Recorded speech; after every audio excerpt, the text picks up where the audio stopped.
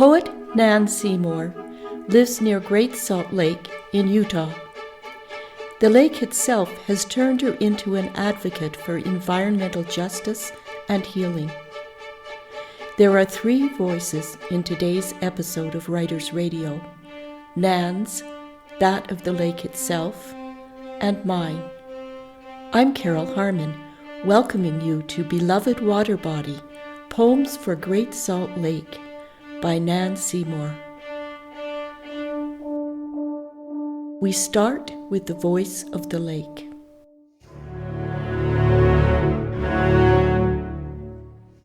A lake looks at humans, after Carlos Drummond de Andrade. More unquenchable even than Phragmites, they crowd each other out, young among the species, brash and arrogant. Like ants in a frenzy, they hurry the tarry roads they've made. Apart from rushing, they're not good at much, but they certainly can pave. Perpetually discontent, they build and they wreck, erratic children thrashing in a dream. And yet, even as they siphon off my life, spew poison, and tighten my tourniquet, I call to them and beckon them to sing. Some of them come. When they respond in song, I can't help but feel a swell for them. They are clumsy and delicate. Some even claim they are trying to save me. At first, their earnestness made me laugh. Now it stirs the depths of my salinity, the way they mean it. You could start, I try to tell them, by lessening your harm. If they would listen, I could teach them to be elegant.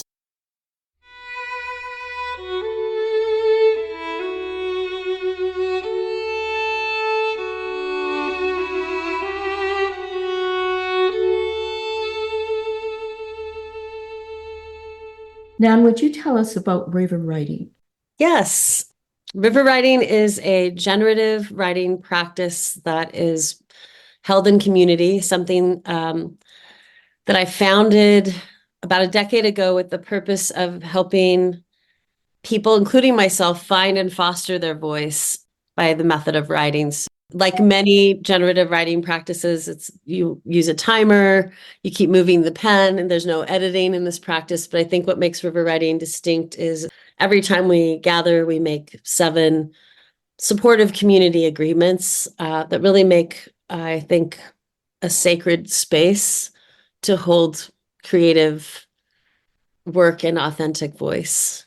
And where has that project led in terms of what you're working on today, which is a pretty significant writing and environmental project? I think one of the agreements we make in river writing is to listen with undivided attention. We really go slow enough to do that. And also we practice non-judgment.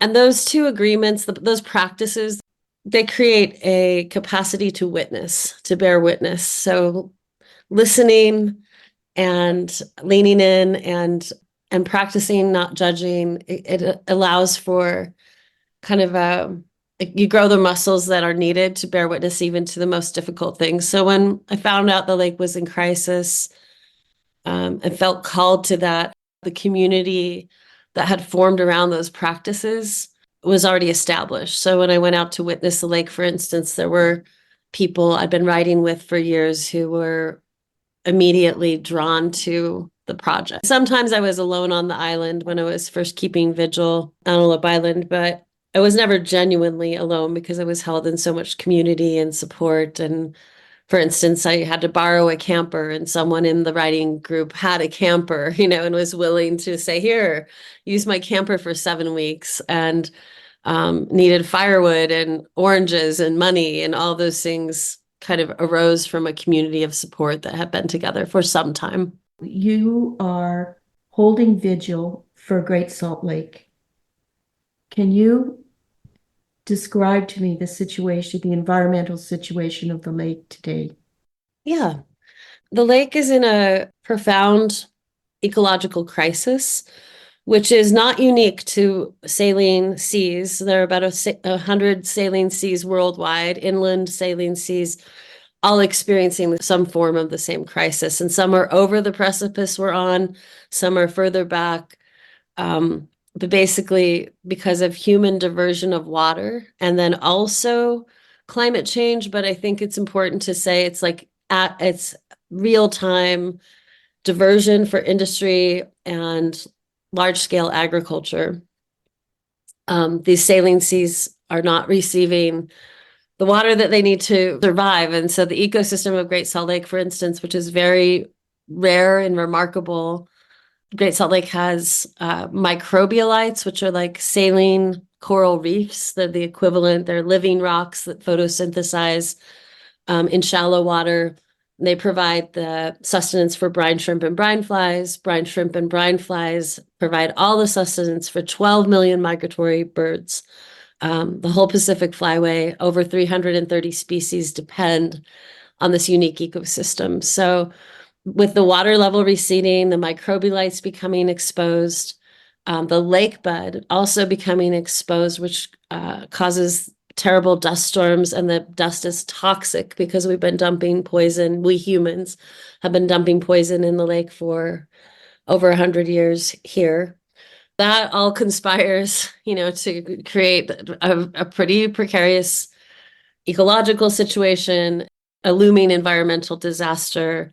And then I think most importantly, it's a crisis of relationship. We're in a crisis of relationship with really the ancestor of this place. So where I'm sitting right now is a lake bed. The water made the place where I'm sitting right now, as all of Salt Lake City is in a lake bed formed by a larger expression of the same water body, Great Salt Lake.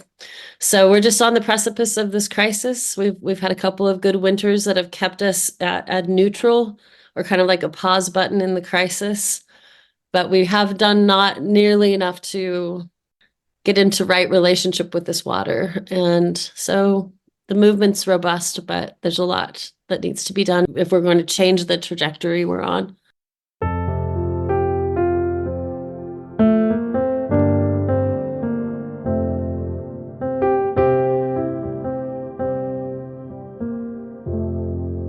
This poem is called Fado for the Forsaken, and it's also a song.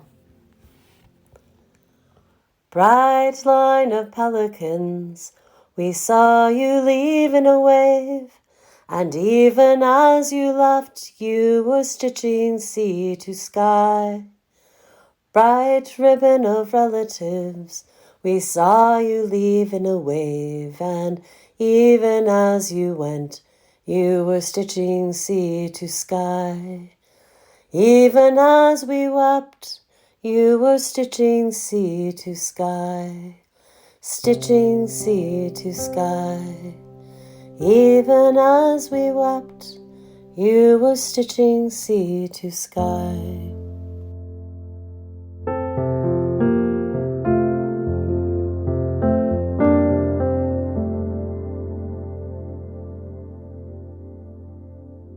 I think you've done a really good job of summarizing the situation. The industry that diverting the water is primarily industrial agriculture.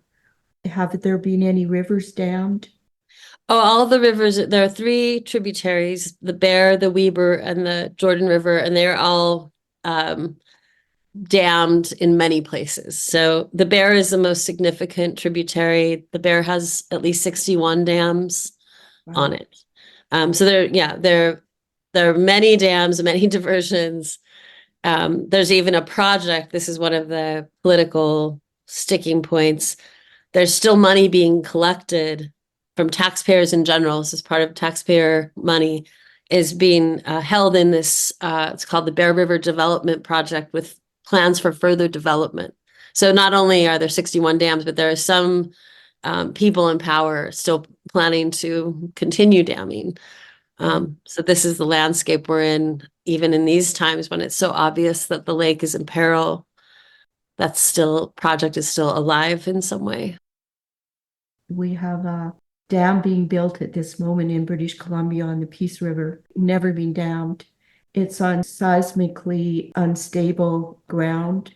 There's been a lot of protest about it, but it's gone ahead nevertheless. I'm so sorry to hear that. So painful. There's so few wild rivers, so to have a dam on a wild river is especially painful to hear about. I'm sorry to hear that. The Peace River? Peace River.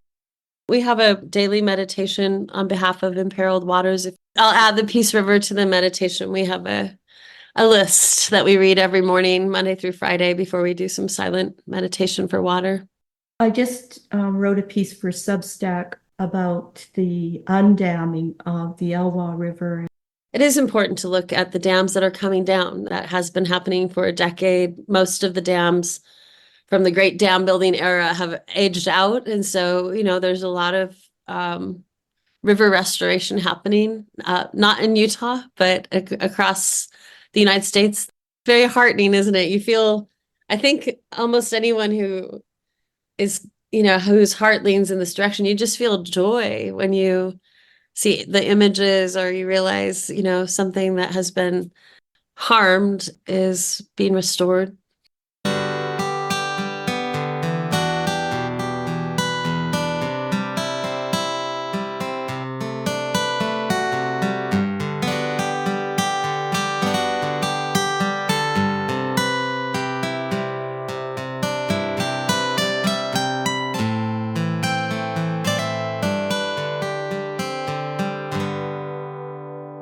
Would you describe the vigil? There have been 3 different vigils that have taken place. Utah legislative session is a 7-week period from mid-January to early March. And the first time that I felt compelled to keep vigil was 2022. And I just received it as an invitation from the lake, kind of in a dream state. And the invitation was come from wolf moon to snow moon, which was interesting language because I didn't know the moon times then. I woke up and Googled it. But I immediately noticed that wolf moon that year corresponded to the beginning of the legislative session. And I thought, oh, that's interesting. And the invitation was really to come to the lake. The lake was at its lowest recorded point at that time, so dramatically receding. That was interesting too, because I didn't think of myself as a winter camper. I love to be outside, but I hadn't camped any substantial amount of time through the winter. Winters are pretty harsh here. The first invitation was just come, be present, and bring the others, beckon others. And so I just invited people to do the things I knew how to do. Walk to the water, come and be in a circle and write, listen and write. So we did a lot of river writing. That first year, we had a scientist who stepped up to help us, a lake expert who led these walks so we could learn about the ecosystem. We wrote a collective poem called Irreplaceable that's about to be published in a book. So that was the other big impulse, was to gather witness and poetry from not just myself. And I thought we needed at least 1,700 lines. I committed to that publicly because the lake, if a restored lake bed would be 1,700 square miles. That number just stuck. And so I set out to collect 1,700 lines. In the first year, we collected over 2,500 lines. And we had a reading on the island in the winter outdoors, and we read all the poetry to the lake. So it really was gathering up an offering and giving it to the lake. And we had a microphone, but we faced the lake instead of the audience so that the offerings were direct. And so we gathered a great praise poem that's called Irreplaceable. We did that the second and the third year as well. So that poem has continued to grow as an offering, has more than 500 voices in it now, probably. Some of the poems are collective and some are individually voiced, but there's over 500 voices in that poem. So the second year was a lot like the first year, in that I lived in a camper and we kept a 24-hour day and night vigil, meaning someone was always with the lake. If I had to go home for a day to do laundry, someone else came and was there in the community.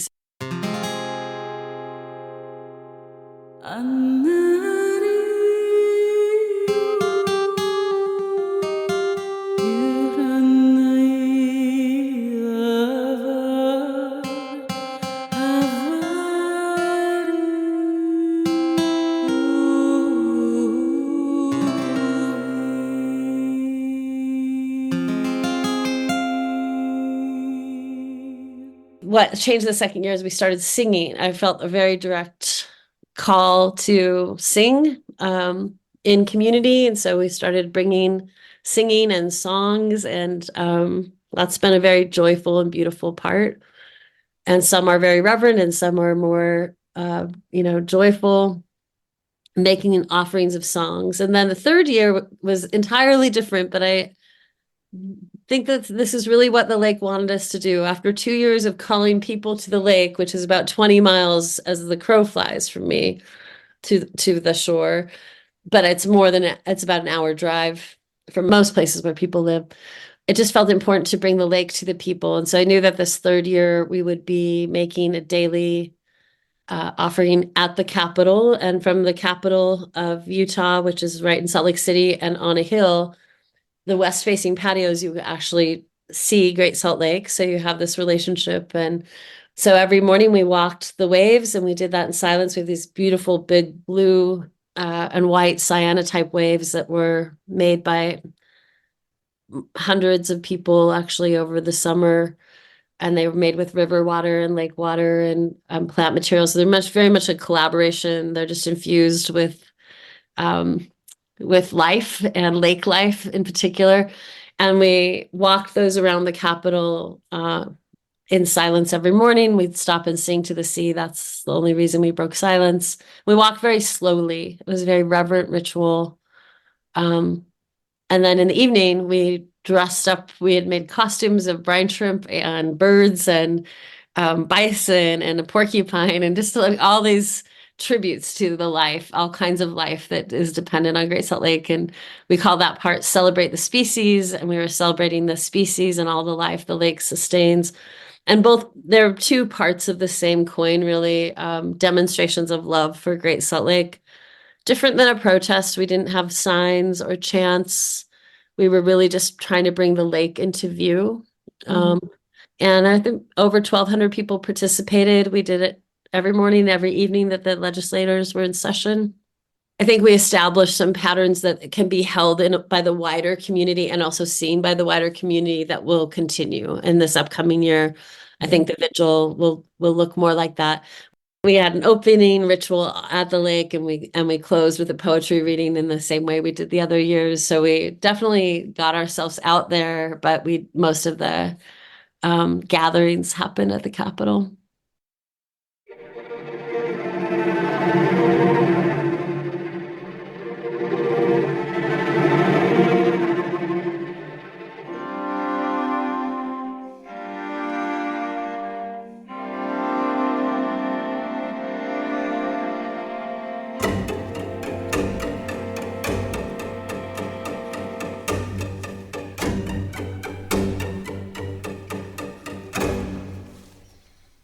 This is the poem Pelicans in Exile.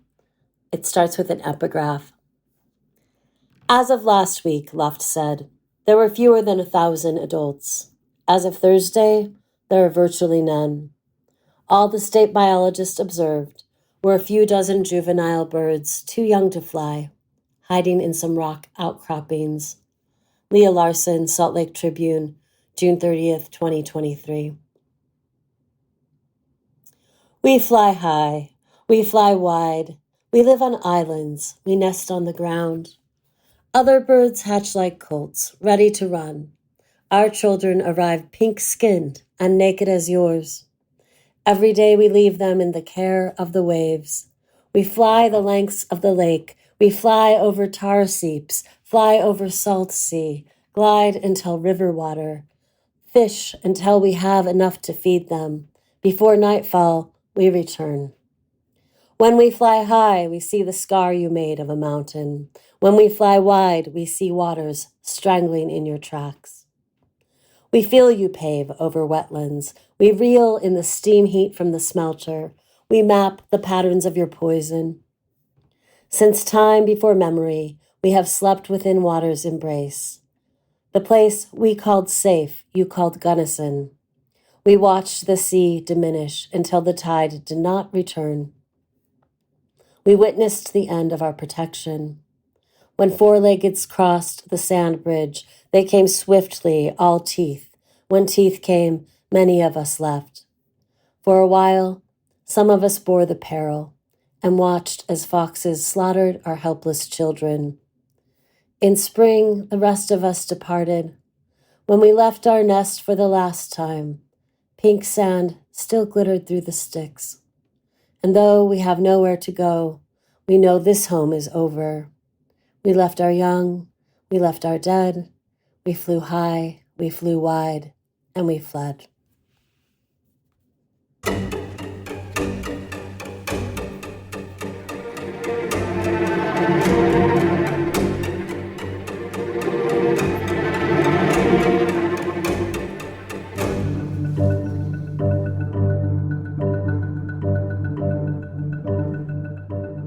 And what was the response from the politicians? Well, we have a supermajority of very, very Republican and probably not overtly hostile to the lake, but how do I want to say it? Habitually hostile to anything that could be described as environmentalism. So they did not acknowledge us. All of the Democratic progressive legislators, which there aren't very many, but they all came out and danced or sang or walked with us. So they engaged. But I think the middle ground where we made some progress, there's a person who was appointed by our governor, who is the Great Salt Lake Commissioner. And from the lawmaking side of it, he's the one person with actually quite a bit of power. He came out and acknowledged us and interacted. And I think that kind of middle person who actually has been given a lot of power and responsibility in relation to the lake, engaging with us, that felt quite significant to me. Did you get news coverage beyond your local area? Got a lot of local coverage. I'm not aware of any national coverage other than just kind of the unexpected channels, you know what I mean? I'm not aware of any big newspapers covering. Terry Tempest Williams has been a real supporter of the Vigil, and she has mentioned it in writing that she's done for New York Times. She held up the poem Irreplaceable, which meant a lot to have her link to that in the Times in her recommendations. That's probably the most famous moment we had this year. Yeah. Other years, it's interesting. We have had some international coverage. So there are people, I think, all around the world who care about this kind of thing, as evidenced by our conversation. And one of my favorite moments was we had some Norwegian reporters come out to the Vigil, and they interviewed me and included it in an article that they had that was a very deep dive into Western water. And they did a beautiful job covering it in their major paper, their equivalent of the New York Times. So there's been some kind of interesting people looking from far away and noticing. I wrote an article for the publication that the Sierra Club does in California by request. They were, because of course, Great Salt Lake it's of hemispheric importance. Yes. And people that are tuned in like yourself know that, that this is the major stop on the migratory path, and understand that if we lose this lake, the damage won't be limited to Utah. And I think there are people all over the world who understand that, but not the majority of people. And not the people in power locally. They're not going to lead this. It's up to us to lead it. The book is coming out when? Should be out by July. We have a wonderful poet laureate here named Lisa Bickmore, and she has some support from the American Academy of Poets to bring it out with her press. I really appreciate her advocacy because it's a big, unwieldy book in a way. It has so many voices and authors in it, but it's an amazing testament. It's almost like, a Bible of sorts. Scientists who've written as poets, brine shrimp fishermen, Indigenous leaders. We've had very young poets, very old poets, all kinds of people. And so I think it's a gorgeous witness of the lake. That title, Irreplaceable, kind of lets you know how much it matters. Just sometimes it's frustrating to be doing slow work. I'm sure you relate to this in the face of emergency when you can only work slowly the work has to be deep to take. So it can only go at a certain pace. But I have been tremendously encouraged by how many people have turned their heart and their face towards the lake. It's been remarkable to see the change in that in 3 years. 3 years ago, the lake was important to very few people, and no one was talking about Great Salt Lake. And now this is it's central. I think it's becoming central to our culture. That's fantastic. Yeah, that feels great, actually. It took some time for the problems to develop. The worst thing would be some kind of like overly hasty plan to rectify or mitigate circumstances without proper consideration to what would really be best in the long terms. Plans have been put forward and they're always very fancy. Let's have a pipeline. I think even in the wider culture, we are coming to understand that conservation is the only way out of this, and relational repair, conservation and relational repair. And so, yeah, it won't be a quick fix. So we'll be doing this for a while.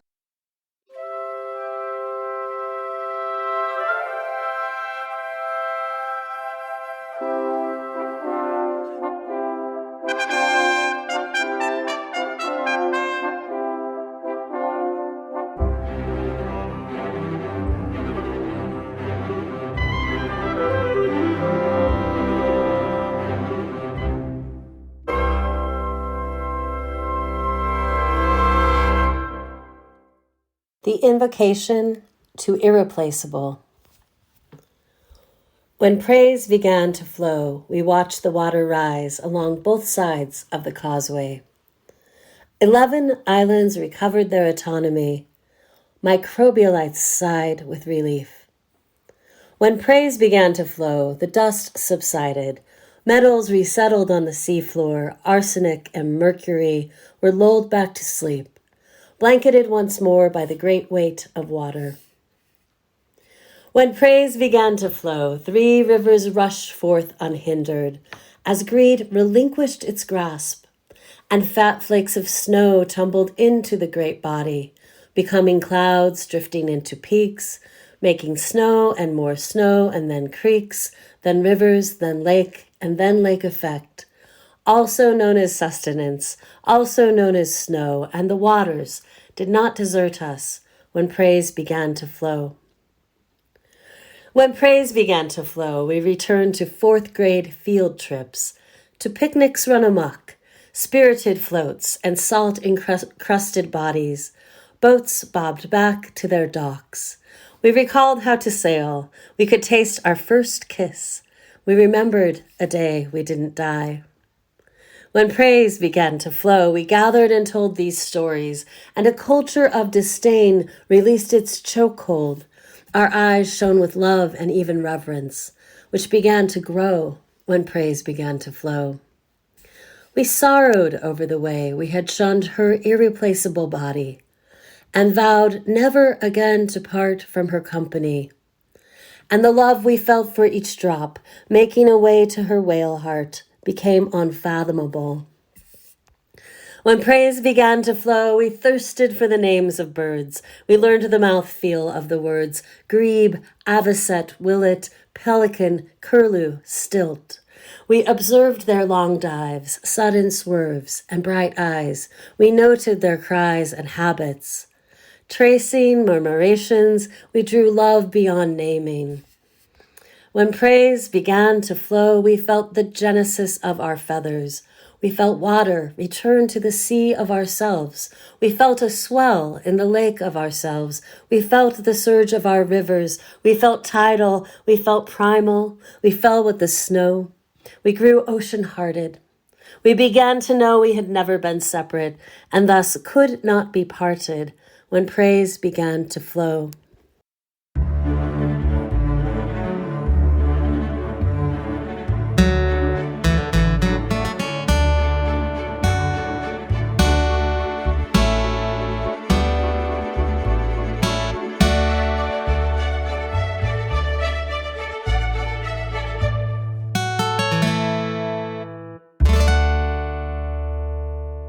You have been listening to my conversation with Nan Seymour of Great Salt Lake, Utah. The poems Nan read are from her forthcoming book, Beloved Water Body. Great Salt Lake, a saline sea in Utah, is in extreme environmental peril. The Vigil for Great Salt Lake, which Nan began in 2022 in response to this crisis, has grown to include people from every walk of life, Indigenous leaders, and environmental groups. It is held each winter throughout the Utah State Legislative Session.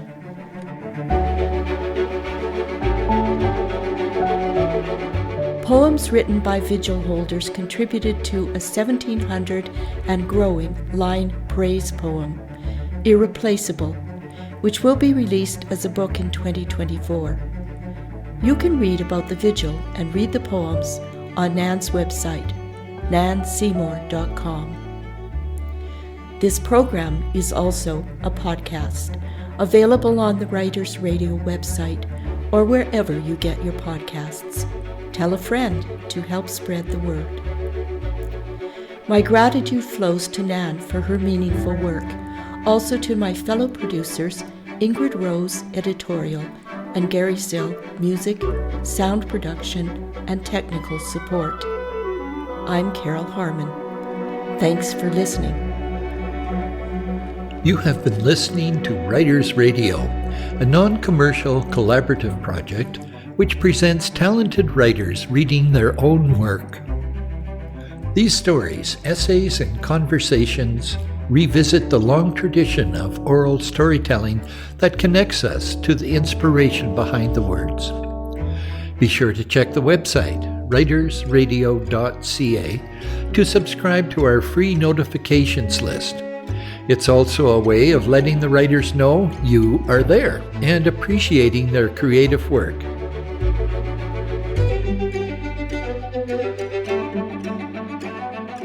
Writers Radio broadcasts from Half Moon Bay on the Sunshine Coast in Canada, traditional tribal land of the Sechelt Nation of the Coast Salish peoples. We express our gratitude for their wisdom teachings and land stewardship.